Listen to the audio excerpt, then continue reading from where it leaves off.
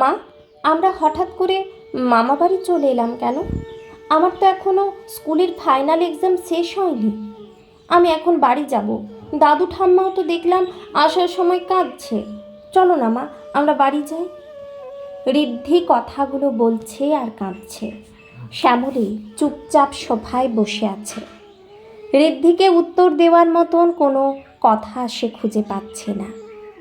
Divorce আজ শুধু স্বামী স্ত্রীর ব্যক্তিগত সিদ্ধান্তে সীমাবদ্ধ থাকে না, এর সঙ্গে জড়িয়ে থাকে একটি শিশুর ভবিষ্যৎ, তার মানসিক স্থিতি আর তার বেড়ে ওঠা।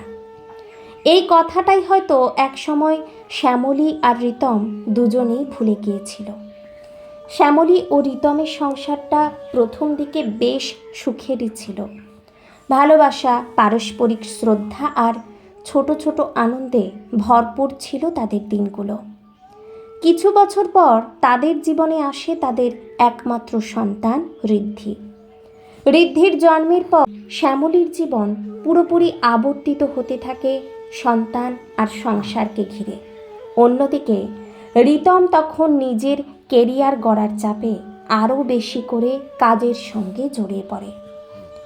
প্রথমে শ্যামলী বুঝেছিল কাজের চাপ থাকতেই পারে, কিন্তু ধীরে ধীরে রিতমের ব্যস্ততা এমন জায়গায় পৌঁছায় যে বাড়িতে থেকেও সে যেন অনুপস্থিত।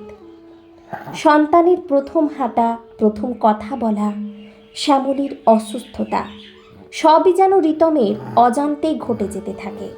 কথা কমে যাওয়া, হাসি কমে যাওয়া, অভিযোগ জমতে থাকে নীরবে। শ্যামলী একসময় প্রতিবাদ করেছিল, কিন্তু রিতমের উত্তর ছিল একটাই, সব কিছু তো করছি তোমাদের জন্যই। এই কথার আড়ালে যে অবহেলা লুকিয়েছিল সেটা রিতম নিজেও বুঝতে পারেনি। ধীরে ধীরে তাদের সম্পর্কের মধ্যে দূরত্ব তৈরি হয়। এক সময় ছোট ছোট ঝগড়া বড় বড় আকার নেয়। একদিন শ্যামলী ডিভোর্সের কথা তোলে। রিতম প্রথমে অবাক হলেও পরে অহংকারে আঘাত লেগে সেও রাজি হয়ে যায়। ডিভোর্সের কাগজপত্র তৈরি হতে শুরু করে। ঠিক তখনই ঋদ্ধির আচরণ বদলাতে শুরু করে। সে চুপচাপ হয়ে যায়, স্কুলে মন বসে না, রাতে ঘুমের মধ্যে কেঁদে ওঠে। শেষ পর্যন্ত শ্যামলী তার একমাত্র ছেলে ঋদ্ধিকে নিয়ে বাপের বাড়ি চলে যায়। এই পরিবর্তন চোখে পড়ে বাড়ির বড়দের। তারা বোঝান ডিভোর্স কখনোই সব সমস্যার সমাধান নয়, বিশেষ করে যখন একটি শিশুর জীবন জড়িয়ে থাকে সেখানে। তারা শ্যামলী ও রিতমকে আলাদা করে কথা বলতে বলেন, একে অপরকে দোষ না দিয়ে নিজেদের ভুলগুলো স্বীকার করতে বলেন। অনেকদিন পর শ্যামলী আর রিতম মুখোমুখি বসে কথা বলে। শ্যামলী বলে তার একাকিত্বের কথা, মানসিক অবহেলার কথা। রিতম প্রথমবার বুঝতে পারে সে অর্থ দিয়ে দায়িত্ব পালন করেছে ঠিকই, কিন্তু সময় আর অনুভূতি দিতে ব্যর্থ হয়েছে। সেদিন রিতম ক্ষমা চায়, শ্যামলীও প্রতিশ্রুতি দেয়।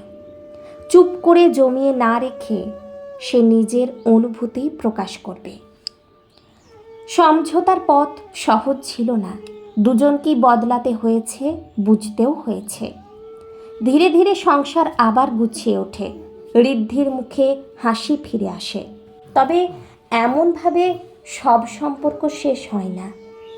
অনেক সংসার ভেঙে যায় একতরফা ভালোবাসা আর অন্যদিকে চলতে থাকা মানসিক অত্যাচারের জন্য। সেখানে সমঝোতা সম্ভব নয়, বরং বিচ্ছেদই হয় একমাত্র মুক্তির পথ। তবুও শ্যামলী ও রিতমের গল্পটা বলে ডিভোর্সের মতো সিদ্ধান্ত নেওয়ার আগে থেমে ভাবা দরকার।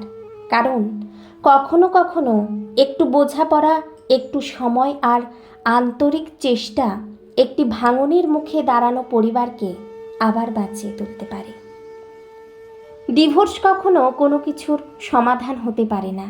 কিছু কিছু ক্ষেত্রে যেখানে বিষয়টা একতরফা থেকে থাকে, দিনের পর দিন নির্যাতনের সম্মুখীন যেখানে হতে হয়, সেখানে ডিভোর্স একমাত্র বৈবাহিক জীবনে মুক্তির পথ। কিন্তু যেখানে সামান্য একটু বোঝাপড়া, দুই তরফের আলোচনার মাধ্যমে সমস্যার সমাধান করা যায়, সেখানে বিবাহ বিচ্ছেদের দরকার পড়ে না। আমার লেখাটি আপনাদের কেমন লেগেছে অবশ্যই কমেন্টে জানাবেন। ভালো লাগলে শেয়ার করতে পারেন। ধন্যবাদ।